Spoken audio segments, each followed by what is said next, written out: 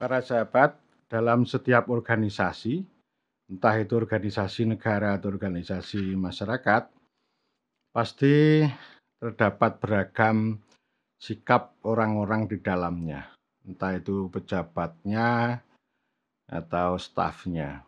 Sebagai contoh misalnya yang sering populer itu ada yang konservatif, ada yang progresif. Mungkin ada yang oportunis. Ya. Kalau oportunis itu pokoknya mencari keuntungan, mencari ini ya, untuk dirinya sendiri ya. Nggak mau mikir capek-capek, tapi nggak mau berjuang, tapi nanti menyekat ini ya, kalau ini berjalan ya menyekat di tengah jalan itu. Itu oportunis. Kalau progresif itu orang yang maju progres, orang yang anti kemapanan. Dia berpikir keras, tapi berhati lembut itu. Ya ini kalimat politik dari John Stuart Mill ya. Orang progresif itu otaknya itu keras, selalu berpikir ya.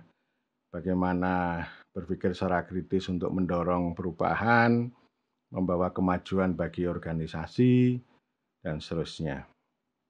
Tapi hatinya lembut. Artinya lembut itu artinya bukan batu, artinya bukan perasaan pribadinya itu tidak menonjol, dan hati ini bukan batu. Kalau batu itu kan artinya keras. Ya.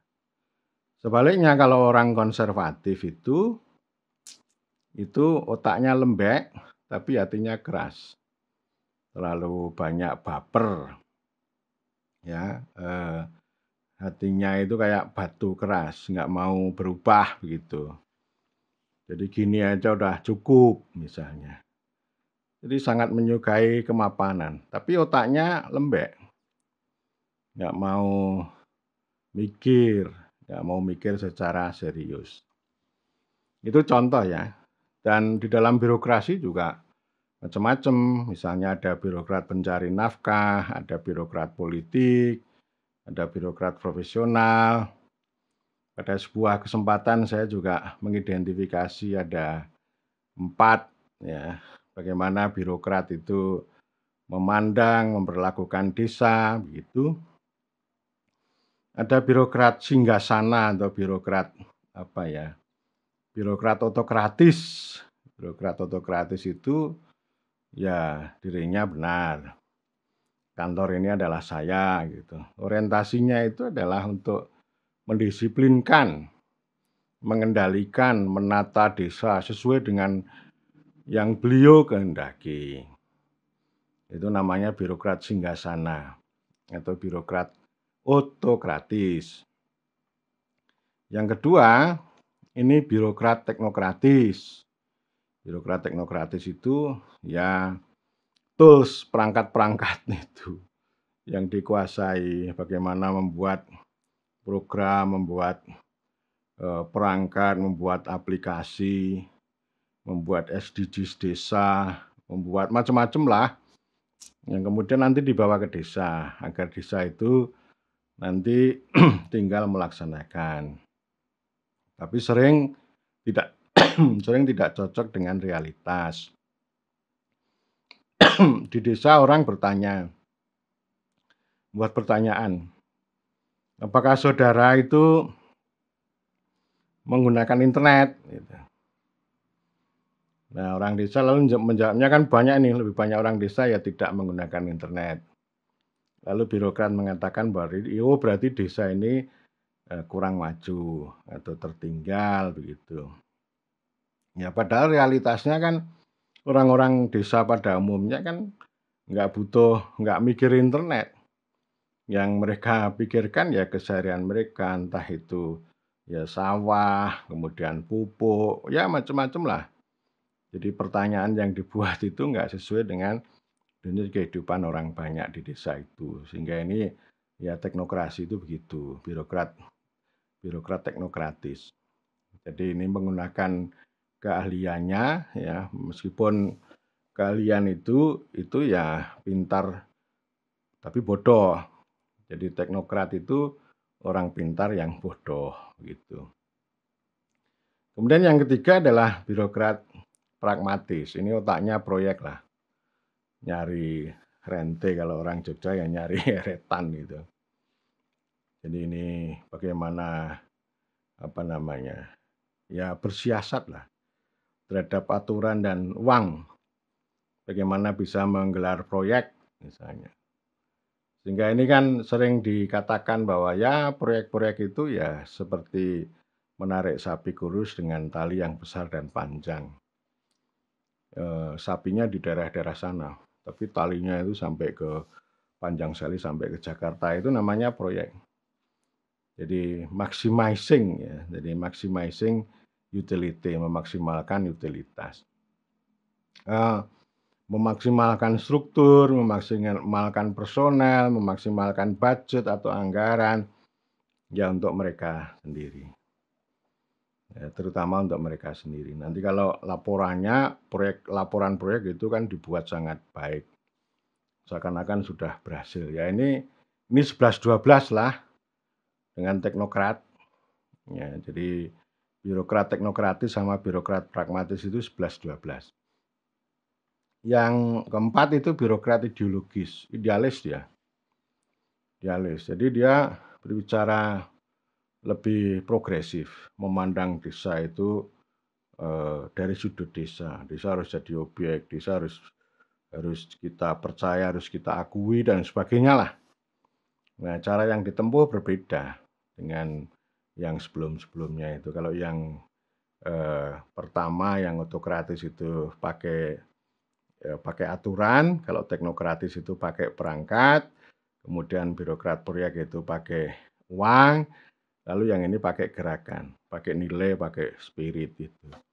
Dan memang keempat-empatnya ini ya bertarung itu. Dalam sebuah kementerian itu ya begitu, ada 4 itu dan akhirnya bertarung sendiri.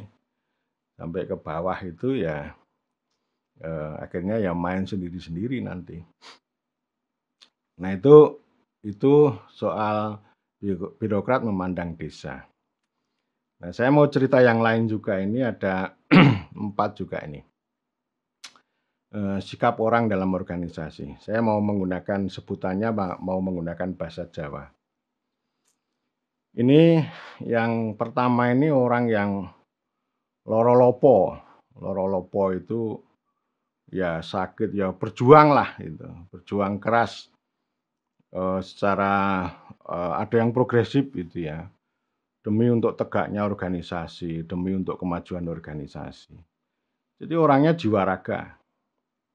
Jiwa raga ya artinya tidak hanya jiwa, tidak hanya raga, dan tidak hanya jiwa. Jadi ya jiwa raga lah. Ya demi kejayaan organisasi. Bekerja secara keras. Ada yang bekerja begitu ya, memberikan kontribusi, ada yang berkarya, yang melakukan perubahan begitu. Ya, ini lorolopo namanya. Jadi orang yang tadi istilahnya jiwa raga. Kemudian yang kedua ini orang-orang yang nunut mulya. Nunut mulya itu ya pencari nafkah itu. Dalam organisasi ya yang penting dia hidup dari organisasi itu. Dia bekerja dengan raga, rajin, ya disiplin gitu. Tapi jiwanya kurang, gitu. Kurang menghayati. Pokoknya dia menjalankan perintah, menggugurkan kewajiban, masuk jam 8, pulang jam 15 atau jam 16 itu rutinitas itu. Jadi pekerjaan mereka yang paling utama itu mengikuti rutinitas itu. Sehingga ini yang nunut mulya ini di mana-mana ya ini soal paradoks paradoks tentang masa kerja. Ada orang yang mengatakan begini, saya ini udah 14 tahun ngurus desa, nggak pernah pindah-pindah gitu. Sebaliknya ada orang satu lagi, kalau Anda 14, saya 30 tahun. Gitu. Ya padahal itu sebenarnya hanya pengalaman 1 tahun yang diulang 14 kali atau pengalaman 1 tahun diulang 30 kali. Sebenarnya yang kasihan yang 30 ini. Karena ini kan rutinitas ya. Jadi tidak ada perubahan yang bermakna. Kemudian yang ketiga adalah kelompok orang yang waton suloyo. Ya. Waton suloyo itu asal bunyi. Ya ini kadang raganya datang. Raganya hadir. Jiwanya melayang kemana-mana. Yang lebih banyak hadir itu mulut. Ya, mulutnya itu kadang-kadang bersuara secara keras, secara kritis, mengkritik begitu. Seolah-olah pakai hati omongannya itu. Tapi kadang-kadang otaknya nggak ada. Itulah yang saya sebut juga sebagai pembual. Ya. Membual, demagog gitu. Kayak pahlawan gitu ya. Tapi dia mikirnya kurang. Dan itu ada saja di dalam organisasi itu. Ya, ini waton suloyo itu begitu ya. Pokoknya bersikap kritis terus lah. Tapi orang seperti ini juga nggak disukai oleh banyak orang. Orang-orang yang nunut mulya pun nggak suka juga dengan orang macam begini, orang waton suloyo itu. Karena kalau orang nunut mulya itu kan pengennya semuanya harmoni ya, harmoni, baik, tentram, damai gitu. Nggak berubah nggak apa-apa, yang penting semuanya ayom ayem begitu. Itu namanya nunut mulya gitu. Jadi apa namanya? Berbeda dengan pandangan yang ketiga yaitu waton suloyo. Kemudian yang keempat itu orang yang ini ya, mongso bodho. Mongso bodho ini ya orang apa namanya? Ya jiwa itu, raga sama jiwa itu ya barangkali ada, tapi apa namanya? Seolah-olah raganya ada, seolah-olah jiwanya ada.